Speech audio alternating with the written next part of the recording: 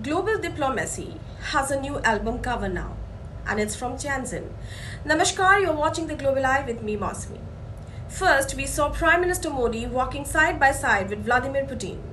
Then Xi Jinping joined them, laughter breaking the ice in what seemed like an effortless display of power chemistry. And as these images lit up screens across the world, you can almost imagine President Donald Trump pacing the halls of Mar-a-Lago muttering, "How dare they laugh without me?"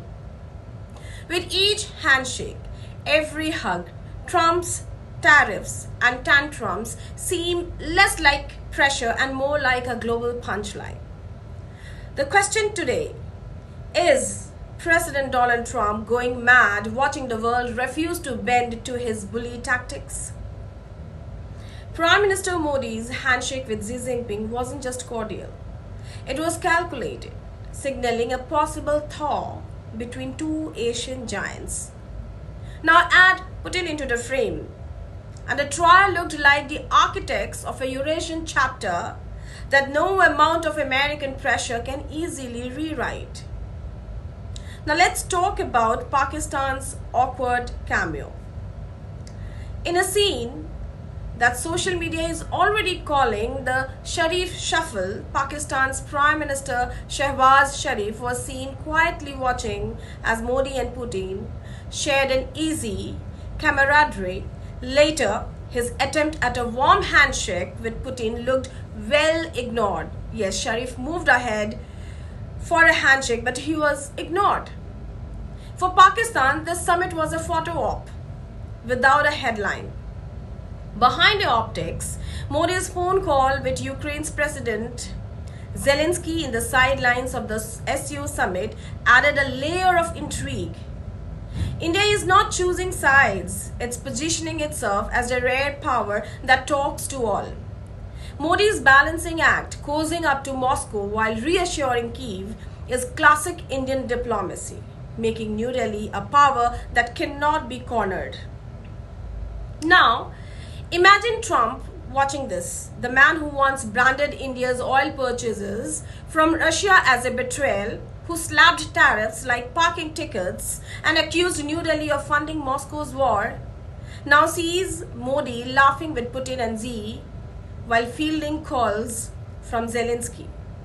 Trump, the self-proclaimed deal maker, suddenly looks like the loud guest nobody is listening to at present.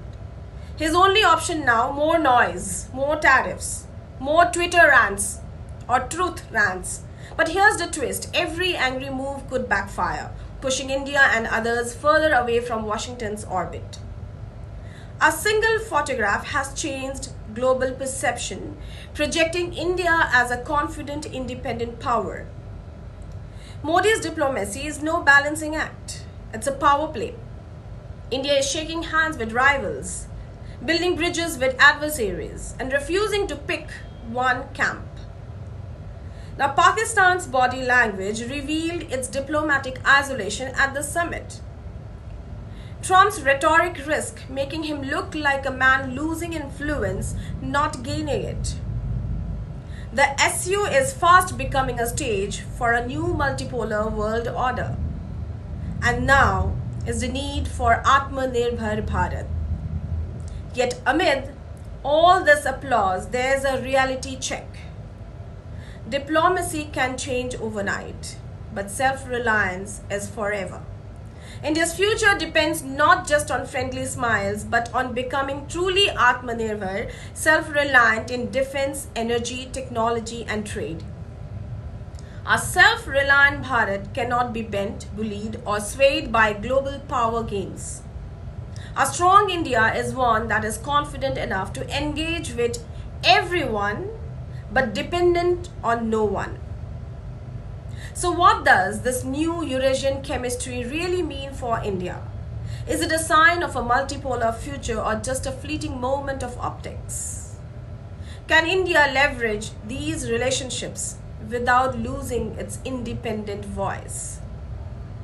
And most importantly, will India's ambition of being Atmanirbhar, truly self-reliant, become the anchor of its power in a world where friendships shift like sand. Tianjin may have given us pictures worth 1,000 words, but India's next steps will write a chapter worth 1,000 headlines. For more updates and insights, keep watching The Global Eye.